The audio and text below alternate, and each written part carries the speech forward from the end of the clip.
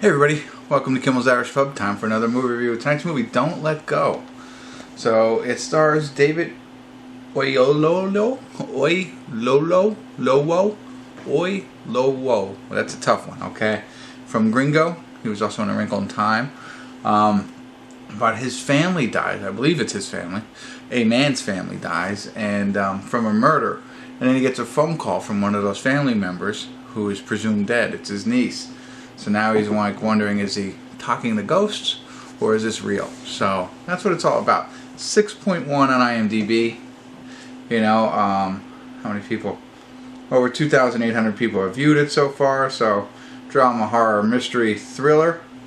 And it's an hour and 43 minutes long. So I don't know. We'll see what it's about. I'll give you a better idea of what the synopsis is and then ultimately let you know what I think. So stick around. Let's see where it goes. I'll be back.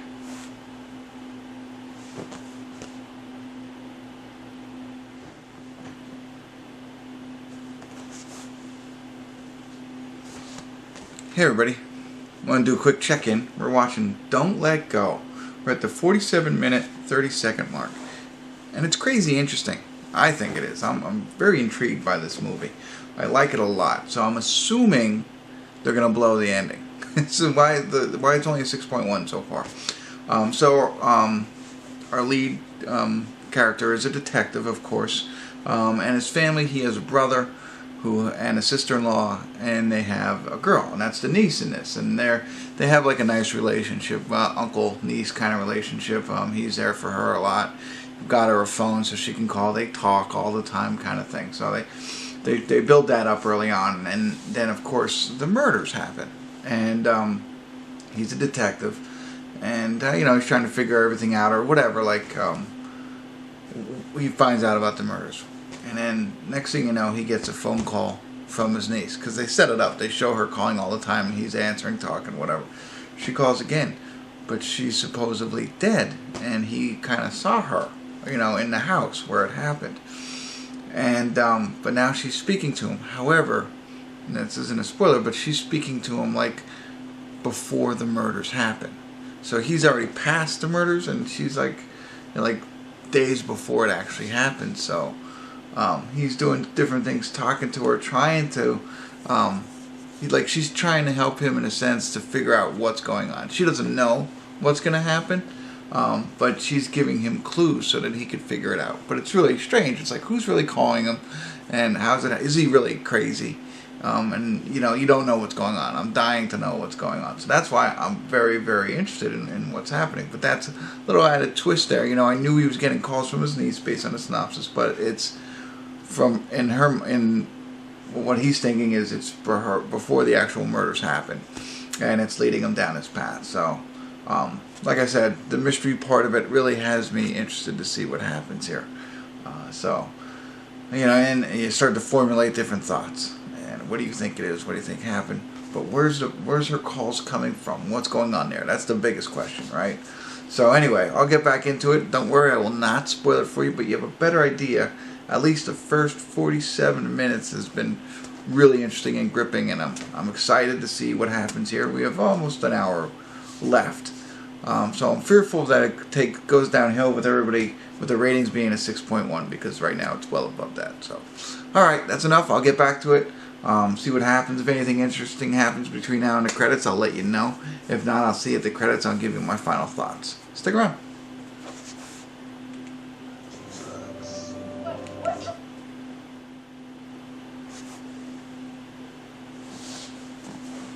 Hey everybody, we're at the credits of Don't Let Go, and interesting. So I had thought that maybe the ending was going to blow it all and it's going to lower it. It's not the ending. The ending's, you know, pretty adequate for the movie that we saw, without revealing anything. But it does get a little confusing as it progresses through the film.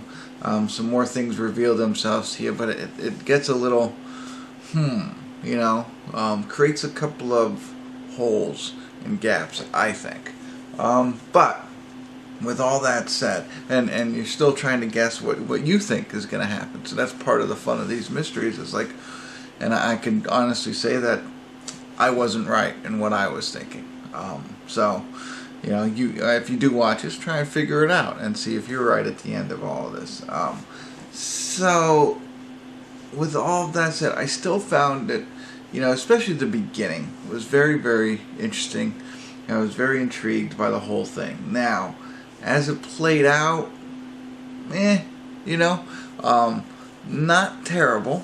Could have been worse, but kind of all over the place for me. A little bit confusing. Like I said, some holes and stuff like that. But I think the best advice I can give, if you like these kinds of murder mysteries done, go into it with a very open mind, and think of it something new, something outside of the normal realm that we see in every day.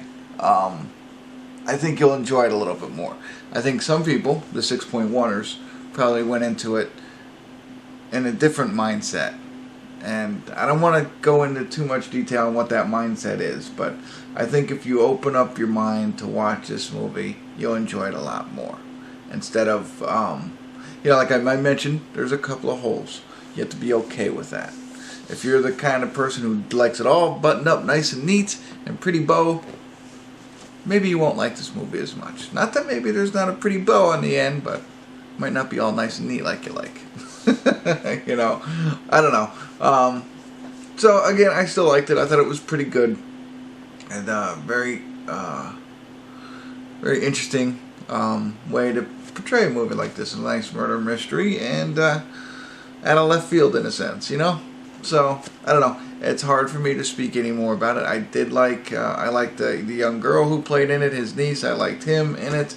I thought he did a pretty good job. And that's it. That's all I got for you. I can't go into any more detail, so I'm going to leave this review like as a mystery. But I'm talking maybe a 7. I thought, you know, I don't know. I can kind of see how it comes down a little bit further as you watch the end of it. But the whole first part of this movie, the whole 40 minutes to an hour, is an 8 or a 9 for me. But then it does go downhill. Not the ending so much as just the explanation of everything that's going on. And it's not terrible, but not great either. Okay, I'm repeating myself, but check it out. Let me know what you think. I'd love to hear your thoughts on the movie yourself.